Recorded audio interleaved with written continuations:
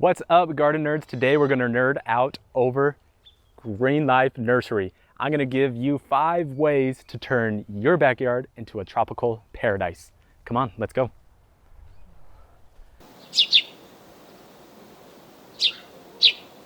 All right, guys, today we are here with the expert, Don, the owner of GREENLIFE Nursery. Thanks for being with us, Don. Thank you, sir. He is gonna tell us today how you can turn your own yard, your own backyard, into a tropical paradise. We're going to touch on 5 points. We're going to go over each one of them, and Don, is the expert, is going to tell us why each point is important and give a little breakdown and description of each point. So the first point, and it's very important here in Arizona where it's extremely hot, is to water correctly. So Don, tell us, why is it important to water correctly first, and then how to water correctly? Well, a couple reasons on why to water correctly. First being that you want to get root establishment as quickly as possible, because the more establishment that you have, the more that the tree is established in the ground, the more heat it's going to take, the more sun it's going to take, the more cold it's going to take. If you are watering shallow with drip lines or splashing water at the tree, the roots are sitting at the surface. When we get to 120 degrees or down to 20 degrees, the tree is more vulnerable to the climate change and can die. So the quicker, the faster, the deeper you can get the roots into the ground, the stronger the tree is going to be.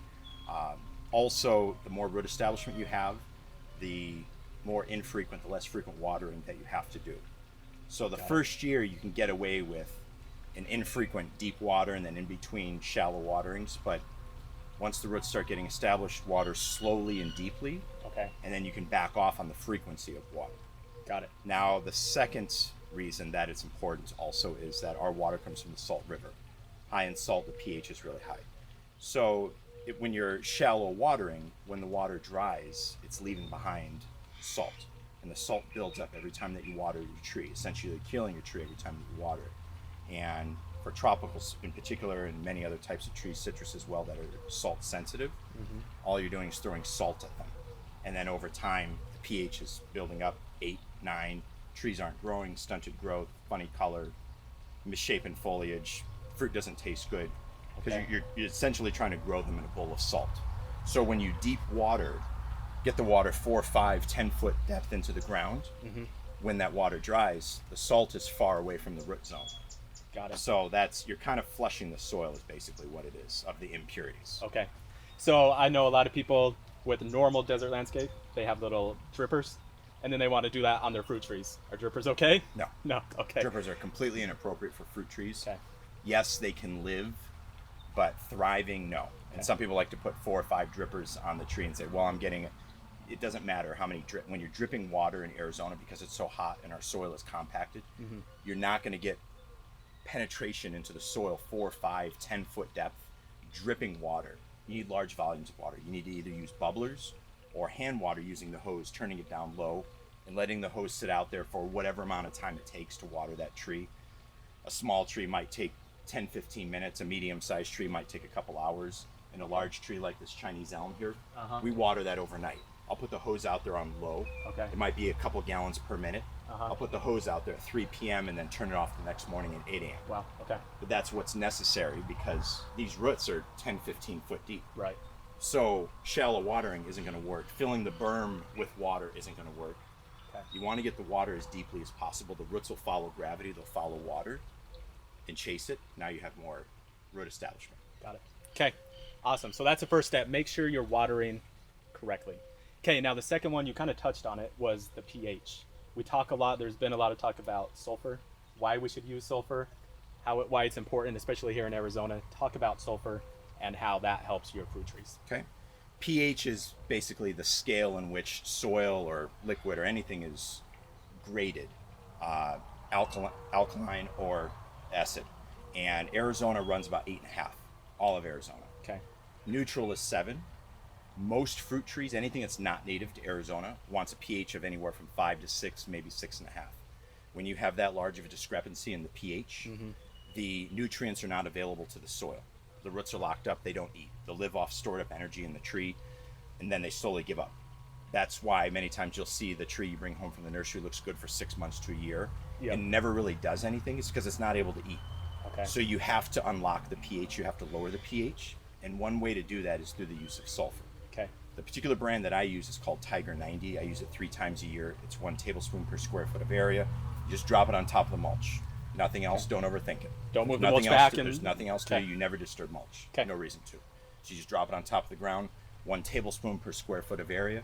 Just throw it out there, and that's it. 3 times a year. Within 6 months, it should start to bring the pH down. Another way, and I do this in combination with the sulfur, is continuously piling on of organic material. So you want to keep your mulch layer thick, 8 to 12 inches. Okay. Keep it that thick. So that means throughout the year, you're going to have to add more mulch. It's not once when you plant and then, not do anything ever again. Yep. You want to keep the mulch layer thick. Okay. The organic material will bring the pH down. The problem is our water is also 8.5 coming from the Salt River. So every time you water your trees, you're bringing the pH up. So you could pile on worm castings and mulch every day. Yep. But unless you're using strictly RO water, which is not financially feasible, none of us are doing that, you're bringing the pH up every time you water. So hence the use of the sulfur as well. Got it. Also, another trick, you can't do it that often, but it helps, is fish emulsion. Fish emulsion, one of the products they use when they're bottling fish emulsion to extend the shelf life is phosphoric acid. So when you add fish emulsion, it actually brings the pH down because of the phosphoric acid that's in it. So you'll see a little bit of greenery and some things going on with the plant. Yep. That not only is it able to eat, but it's because it's able to eat, the phosphoric acid lowers it, and now it's able to eat all the fish and the seaweed and what have you. Okay. So how long does it take, or is it you're constantly having to do sulfur for the rest of your Constant. life? Okay. If you're in Arizona, You gotta do it. if you Google and any fruit tree that you want to grow, anything that's not native, Uh-huh. and the only native trees that we have here that I'm aware of are cactus, mesquite, and palo verde. Okay. Tumbleweed, maybe Bermuda grass, I don't know. Any fruit tree, if you Google it, citrus tree pH requirements, peach tree pH requirements, mango tree pH requirements, Google it'll say wants a pH of 5.5 to 6.5. Anything above that is death. And we're at That's what 8, it'll right? tell you. We're 8.5. 8.5. Okay. Yeah, in the soil and the water. We don't get any rain to help wash the salts through, so it's just a constant deal. It's just part of the deal. Every yard should realistically be going through a 50-pound bag of sulfur every year. Your grass, your trees, your fruit plants, your garden, all of it. So you're putting sulfur down when you initially plant the tree as well. Yes. Okay. Okay. Yeah. Okay. All right, guys. Use sulfur. Highly important. Do it. All right. Okay. So the third tip for growing a tropical oasis in your backyard is a proper microclimate. People hear that word. If you're new to gardening, you have no idea what that means. So Don, tell us what a microclimate is and why it's important. A microclimate is an area within a large area that has a different climate than the large area around it. So as an example, 10 foot in front of us outside the cabana, it's 110 degrees, full sun. You go out there, you're going to bake. Yep. Inside here, underneath the 50% shade fabric, underneath the lattice and the vines and what have you, it's a good 20 degrees cooler, no direct sun. The plants that are in here are here for a reason. They don't want any direct sun. This is a microclimate. Okay. So not every tree needs a particular microclimate. Peaches and apples and guavas and mesquite and what have you, bamboo, they don't need anything. They want full sun. Just give them water and some food, lower the pH, they're good to go. Some trees such as mangoes, they're going to want a particular microclimate. A little bit of afternoon shade in the summertime is best for them. Keep them from freezing. Okay, so you have to create a different microclimate for the winter time. Avocados are going to want a little denser shade. Okay. They're going to want a 40-ish% shade fabric for the first 2 summers. They're fine with winter, so they have their own unique microclimate that they want. So most plants can be lumped together in a particular climate that they want, and then there's a few that have very specific, unique microclimates, unlike the other plants that you have to be aware of. Many yards out here in Arizona are new subdivisions. They don't have any microclimates. It's open, there's no shade trees. Anything you put out there is going to cook. So you want to start with the larger trees, the faster growing stuff, the trees that take full sun, mesquite, mulberry, tipu, guava, bamboo. There's a handful of trees. You start with the canopy trees first. Got it. Start creating some shade pockets in your yard that you can play around with maybe the next year. Now you can plant some stuff that wants afternoon shade, what have you. So microclimates are life and death for plants. Microclimate is something that is probably the the most forgotten about aspect of this hobby. When new gardeners are buying plants, they get excited. They don't understand the microclimate thing, take the tree home. Within 2 days, it's dead because they've planted a young banana in front of a west-facing block wall in the middle of June. Yeah. If they had planted that tree with some shade fabric, or maybe on the east side of the house or what have you, they're good to go. Yeah. I say this, and I've heard you say it. Don't plant the tree where you want to plant it where the tree wants to be planted. Yes.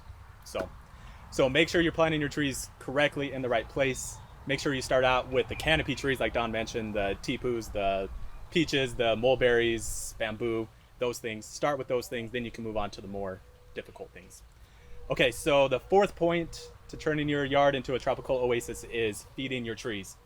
We talked about watering. That's all we have to do, right? Or do we actually have to feed them?